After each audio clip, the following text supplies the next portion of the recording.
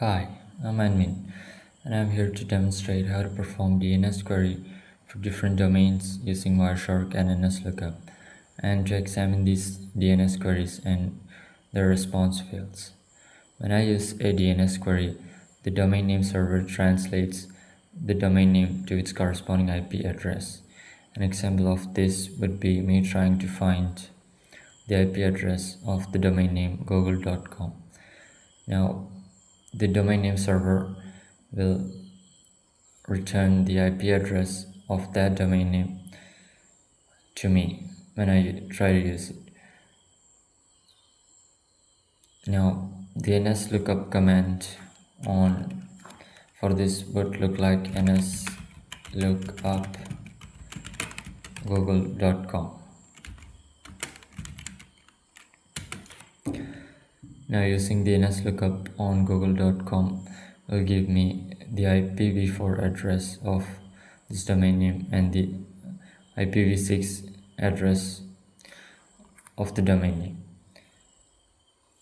Now, in order to capture the DNS packets and analyze them, I will be using wireshark, and inside wireshark I will be capturing packets that goes through this network, and I will use a capture filter in order to capture only the DNS packets which we need to analyze.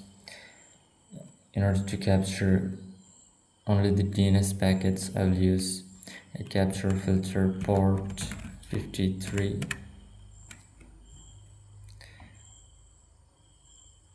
And if I were to start capturing packets now, initially there are no packets that goes through this Wi-Fi network.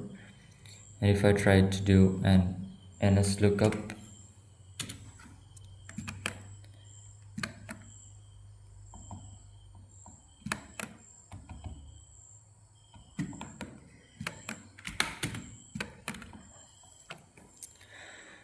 now when I did the nslookup, there are 4 packets showing in the wireshark window that have all been captured, and the response fields shows the packet number, the time which it have arrived, the source IP address, the destination IP address, the protocol used, the length, and the additional information. Now, the source is the IP that sent the packets, the destination is the IP that has received the packets, and the length is the length of the packet that is in bytes. The information is used to tell what the packet is doing. And if I try to take a look at the first packet, it is received at this time, and it is from the source this IP address, and it goes to the destination this IP address. And looking at the additional information, we can see that the query asks for the IPv4 address of the domain name google.com. It's a standard query, and if I come to the next query, that is the second one, the source is the domain name server and the destination is us looking up the domain name IP address, and it is a standard query, and it is used by the DNS server as a response to the previous DNS query, and it returns the IPv4 address of this domain name.